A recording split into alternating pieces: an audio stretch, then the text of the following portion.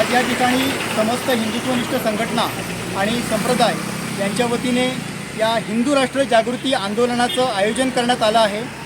या फोंडा तालुक्यातील आणि विविध हिंदू संघटनांचे प्रतिनिधी कार्यकर्ते आज या आंदोलनामध्ये मोठ्या संख्येने सहभागी झाले आहेत। आपण बघतोय मागच्या काही दिवसांमध्ये देशभरामध्ये अल्पवयीन मुलींवर विविध अत्याचार होत आहेत, अशा घटना सातत्याने पुढे येत आहेत।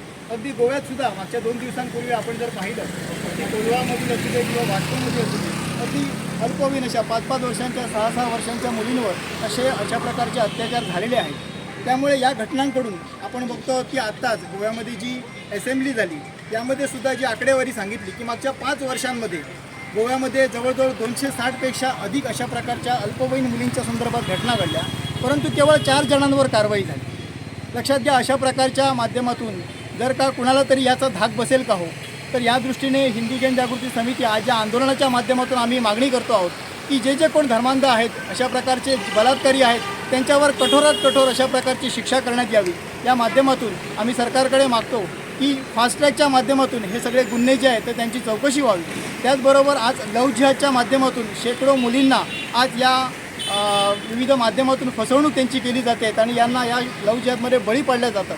मध्यंतरी NCBR याचा जो एक रिपोर्ट समोर आला होता, तर गोव्यातून दर 3 दिवसानंतर 2 महिला गायब होतात। तर ही भयानक आकडेवारी पाहता सरकारने या संदर्भात गंभीरतेने याची दखल घ्यावी आणि या अशा प्रकारच्या ज्या घटना आहेत तर त्या रोखण्यासाठी तत्परतेने जे कोण संबंधित आहेत त्यांच्यावर कठोरात कठोर कारवाई करावी, अशा प्रकारची या आंदोलनाच्या माध्यमातून आम्ही मागणी करतो।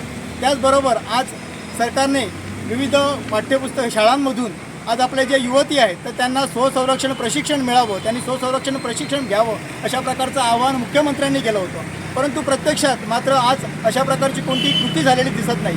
त्यामुळे आम्ही सरकारला आवाहन करतो की अशा प्रकारची ही जी घोषणा झाली आहे तर त्या घोषणेवर त्वरित अंमलबजावणी व्हावी। प्रत्येक शाळांमधून युवतींसाठी स्वसंरक्षण प्रशिक्षण वर्ग आयोजित करण्यात यावेत आणि त्यांना हे स्वसंरक्षण प्रशिक्षण देण्यात यावं, अशा प्रकारची योजना सरकारने त्वरित राबवावी, अशी आम्ही मागणी या माध्यमातून करत आहोत।